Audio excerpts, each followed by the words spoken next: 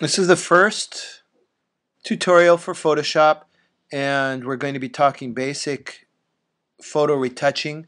The object here is to make a poster. Feel free to choose any picture you want in stock photos. So let's navigate to stock photos, go to pictures, take your photo when you find it, and drag it to the Photoshop icon, and that will automatically open it. Now we want to start with photo retouching, working globally. You don't want to start getting rid of little details and things like that. First thing you want to do is to have as little information as possible on your screen.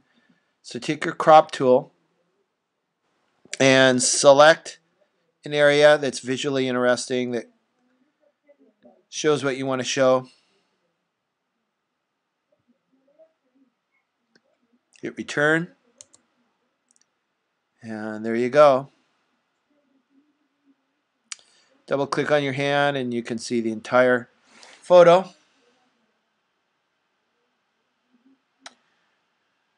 Next, we want to take and clean up the colors. And the best way to do that is to go to Levels. Within Levels, we want to show the lightness and the darkness, and any information that isn't really that necessary we want to get rid of. So what I did with this, first I moved the white slider in a little bit, left slider in a little bit, and then we can take the one in the middle to the middle values and put that where we want to put it until we find what we want. There's also, we can do auto color, but I think 90% of the time the auto color doesn't work. Like this is probably going to take out all the blues. Well, that's not too bad. And that's an option you can use. If you really want to get carried away, you can do all kinds of things. You can play with the hue and saturation.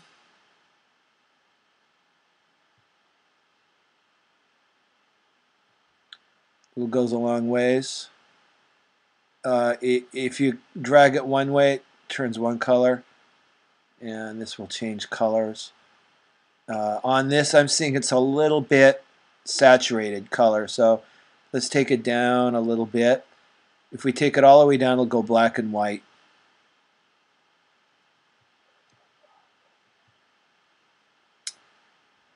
Now we've got what looks more realistic colors, like more realistic colors.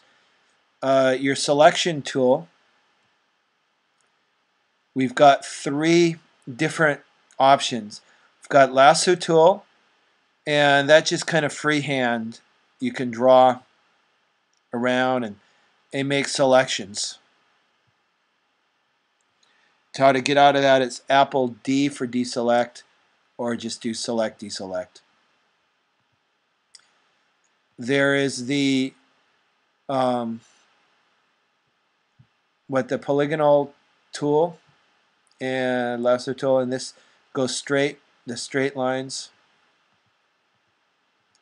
Sometimes it's useful. Mostly not. My favorite is the magnetic tool. What it does is it looks for lines of pixels that are the same color, and it will go along those. It'll make lines along different colors and objects. And let's say we want this part of our photo to be sharper and the background of the photo to be more blurry.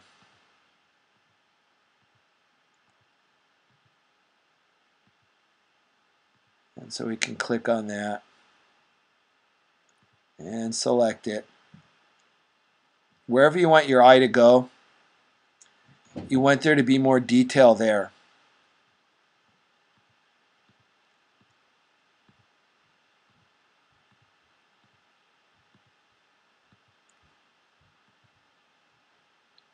So let's just grab this mountain.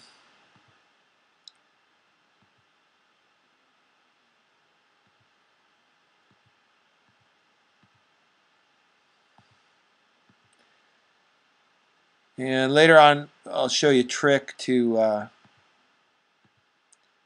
select better if you want to get more precise. But for now,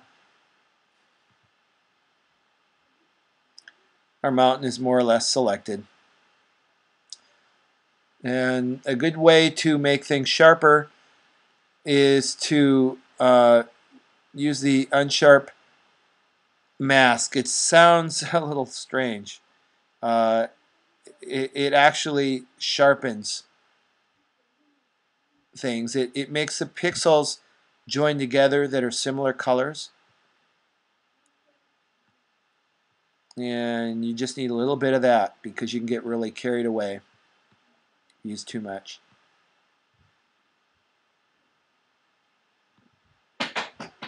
Now we can select the opposite by going select inverse. And once again, we want to blur.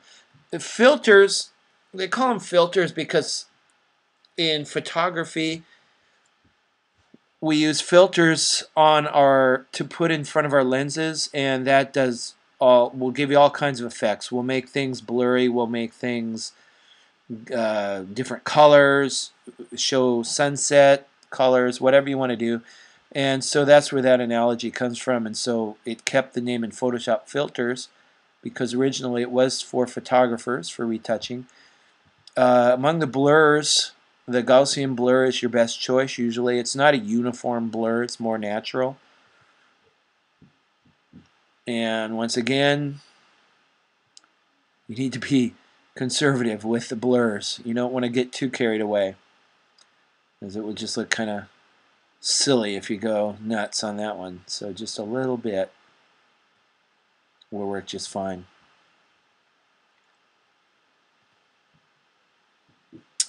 And let's select deselect. Now I think the mountain stands out more. So let's take and add some font on here, some writing. And to do that, you just click on the T, click somewhere, choose the right size.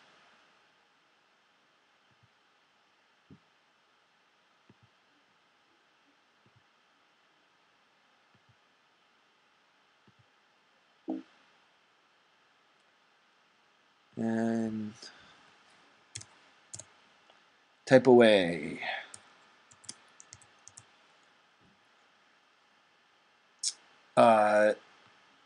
As I told you before, font choice is very important. I want to choose my font, so what I'll do is I'll open up Font Book.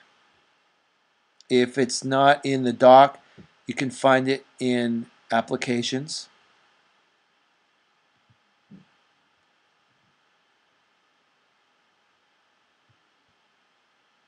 Right there.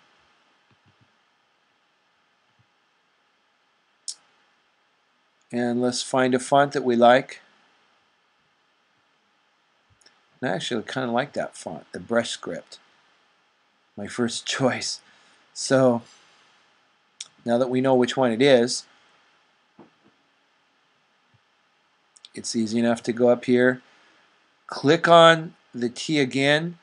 Make sure that you have the right layer selected, and notice how the little this little line here changes as you get closer. If you move further away, you get these little dots here, and you want to get it close enough that boom, you click it and it becomes part of the word.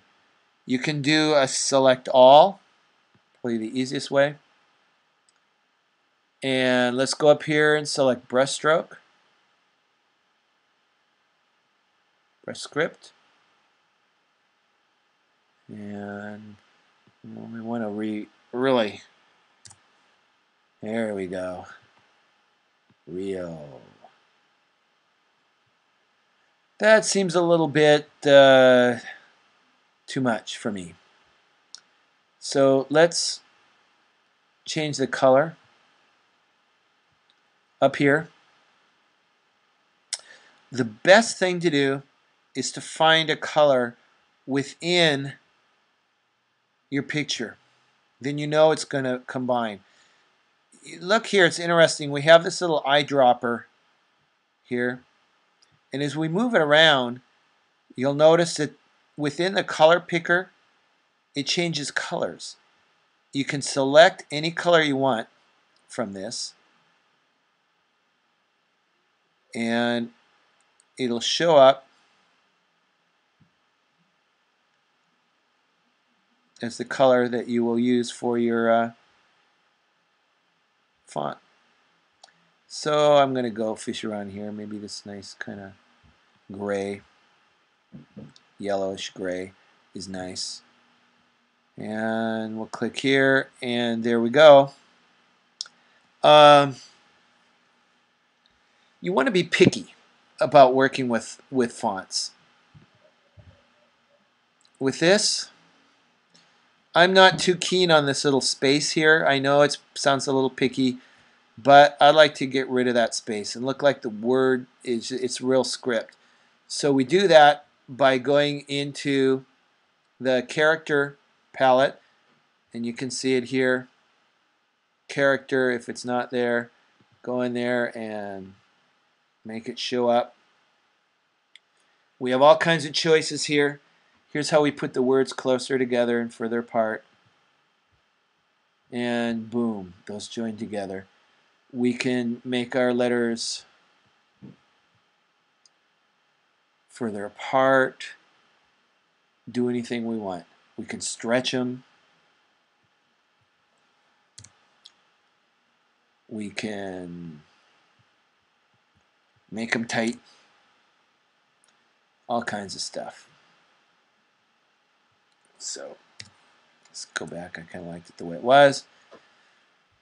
Now that we have our words, I'm still not really satisfied. I think it's looking at it, I need to do something with those letters besides being the wrong color.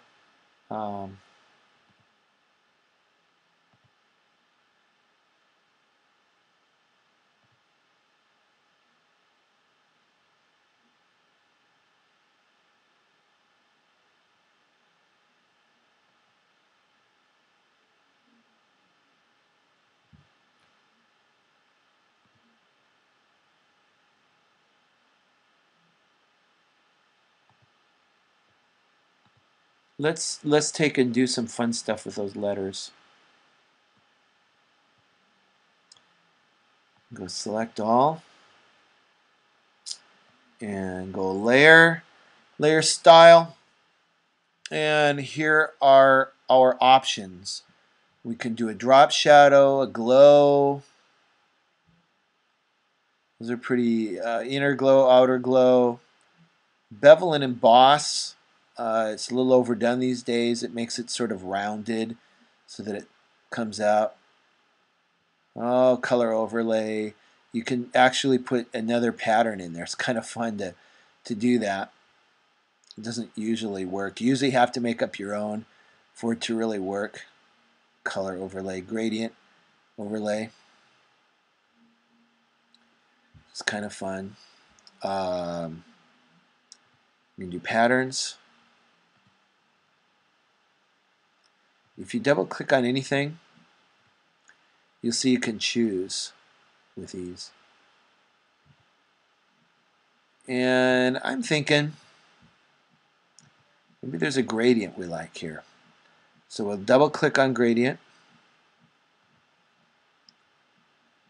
and fish around.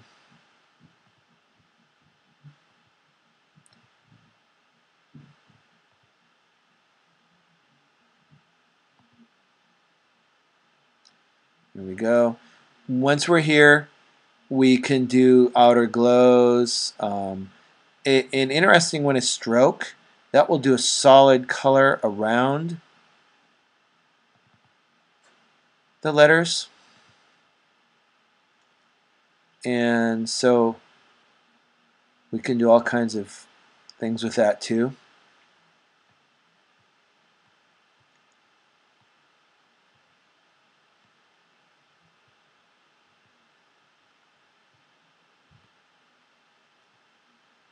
And we can increase the size. We can play with the opacity. We can do the different modes for blending. We'll do all kinds of fun stuff to it. And you can always try other things. We'll drop shadow on it maybe, separate it.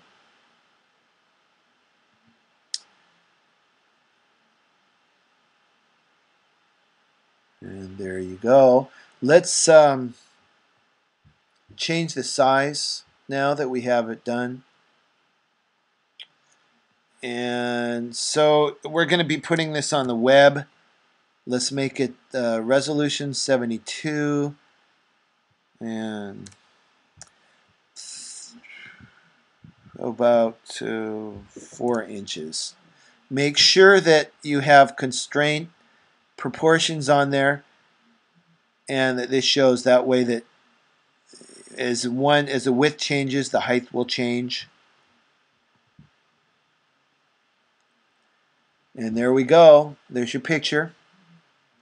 You want to do File, Save for Web, because that's what we're doing. We're going to be putting it on a web page.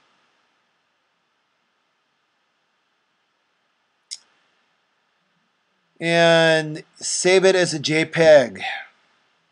We'll talk about why later. Medium. Then we do save. Save it in pictures. Make yourself a folder. And you might want to call it Photoshop. And your name. That way you'll know what's inside. And that's it. That's your first tutorial.